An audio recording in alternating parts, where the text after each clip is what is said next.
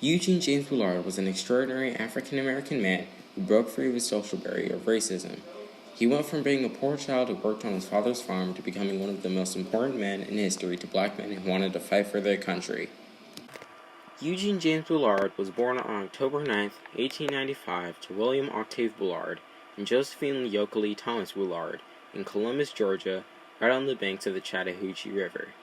William and Josephine had 10 children in all, but 3 of them died during infancy. The Bullard family lived in the cramped 3-room house on 2601 Talbot Street. Just before his 7th birthday, his mother died, most likely because of the stress of bearing and raising 10 children. One day, Eugene had heard his father talking about a new equal nirvana called France that he had decided to set trail to. He sneaked onto the Martyrs, a boat scheduled for Glasgow, Scotland. After a couple of weeks, he was in Scotland, a new place to him which wasn't as racist as America. The worst that happened to him was being called Darky or Jack Johnson, which he was okay with because he liked to be associated with the famous boxer. He liked the country, but he eventually had to leave to France. Eugene was 17 when he had gotten a ticket to Liverpool, because it was closer to France by boat. He saw a carnival game where you tried to throw a ball at a person who had stuck their head through a cloth with holes in it. He asked the gamekeeper named Mr. Baldwin if he could work for him in the carnival game. Since he was black, most of the people who played aimed for him as a racial act, but he attracted more customers and brought in lots of money, so Mr. Baldwin paid him well. Mr. Baldwin noticed his enthusiasm and his ability to work hard, so he asked if he wanted to fight as a boxer. Eugene jumped at the opportunity and joined immediately. He called himself the Swallow because he always pecked at the opponent at the perfect time, but also dodging like a bird. He also got the name from a woman who said, "Like a sparrow, you were born to fly."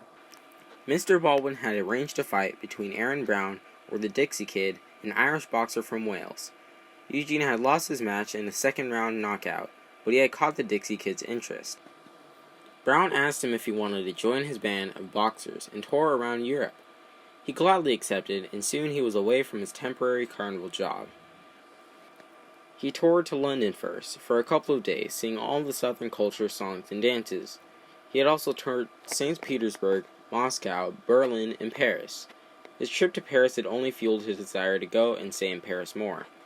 He told Brown that he would fight only in Paris, when he boxed.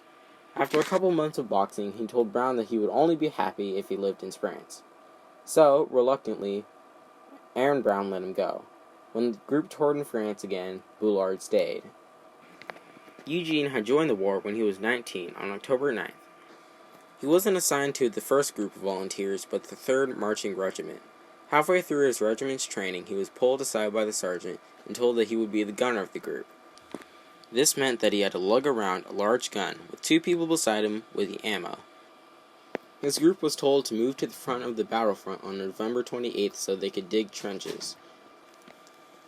While listening to La Marseillaise, they started their travel to the front line of battle. It took them 2 weeks of trudging through mud to get to the front line. They survived the horrors of war, like seeing their friends die or seeing dead bodies cover the ground.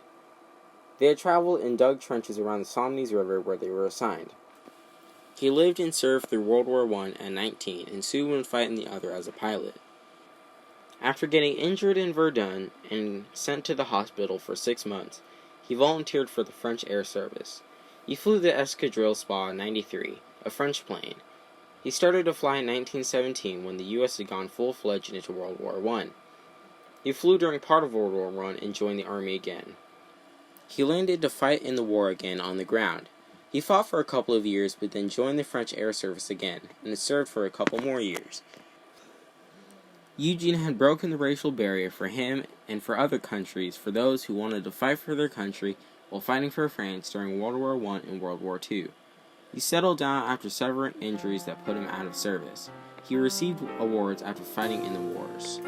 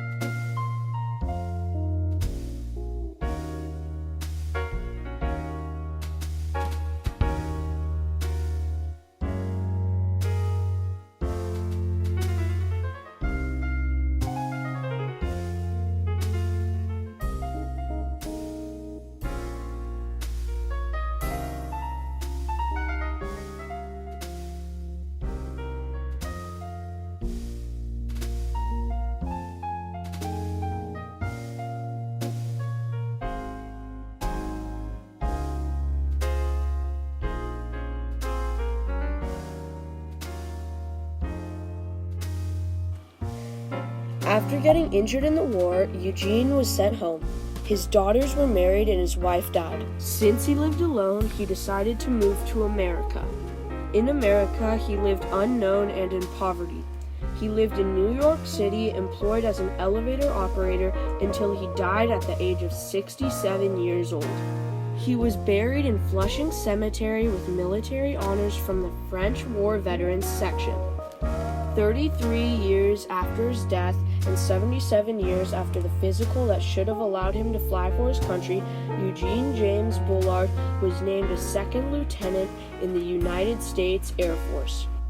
First row, Chevalier de la Légion d'honneur, Knight of the Legion of Honor. In conclusion, Eugene James Bullard broke many barriers, and he made life better for a lot of African Americans because he showed the people that they had a chance to do anything they wanted to as long as they worked for it.